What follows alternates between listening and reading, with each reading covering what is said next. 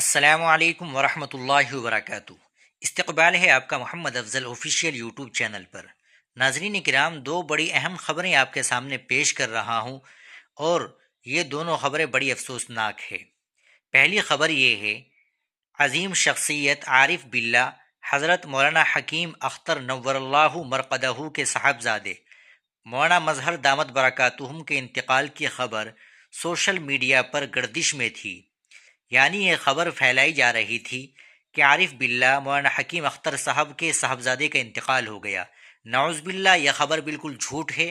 حضرت کے صاحبزادے الحمدللہ ابھی حیات ہے۔ اللہ تبارک و تعالی انہیں صحت اور عافیت کے ساتھ لمبی عمر عطا فرمائے۔ ناظرین کرام، دوسری افسوسناک خبر یہ ہے کہ مسجد میں نماز تراویح ادا کرنے پر 49 افراد گرفتار۔ مدھیہ پردیش کے جبل پور میں مسلمانوں کے گھروں کو آگ لگا دی گئی، تاحال کوئی کارروائی نہیں۔ 22 فروری مدھیہ پردیش کے جبل پور میں مسجد میں نماز تراویح ادا کرنے والے مسلمانوں کو گرفتار کر لیا گیا۔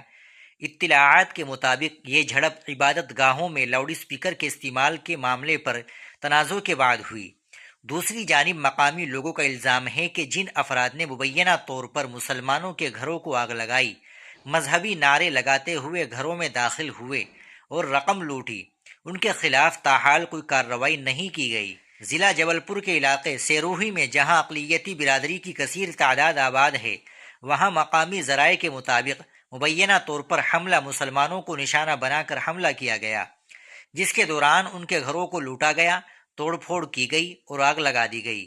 بتایا جاتا ہے کہ نقاب پوش افراد مذہبی نعرے یعنی جے شری رام لگاتے ہوئے علاقے میں داخل ہوئے اور بڑے پیمانے پر تباہی مچائی۔ اطلاعات کے مطابق تشدد کے دوران تیز دھاری ہتھیاروں اور آتش گیر مواد کا بھی استعمال کیا گیا۔ مسلم خاندانوں کو ہونے والے بھاری جانی و مالی نقصان کے باوجود رپورٹس میں کہا گیا ہے کہ پولیس کی کارروائی کے نتیجے میں بدامنی سے متعلق الزامات کے تحت 49 مسلم افراد کو گرفتار کیا گیا۔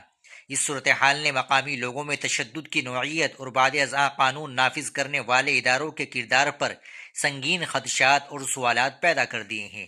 ناظرین کرام، آپ ان دونوں اہم خبروں کے تعلق سے کیا کہیں گے؟ کمنٹ باکس میں ضرور بتائیے گا۔ ویڈیو کو لائک اور شیئر بھی ضرور کر دیجیے گا۔ آپ چینل پر نئے ہو تو چینل کو ضرور سبسکرائب کر لیجیے گا۔ السلام علیکم ورحمۃ اللہ وبرکاتہ۔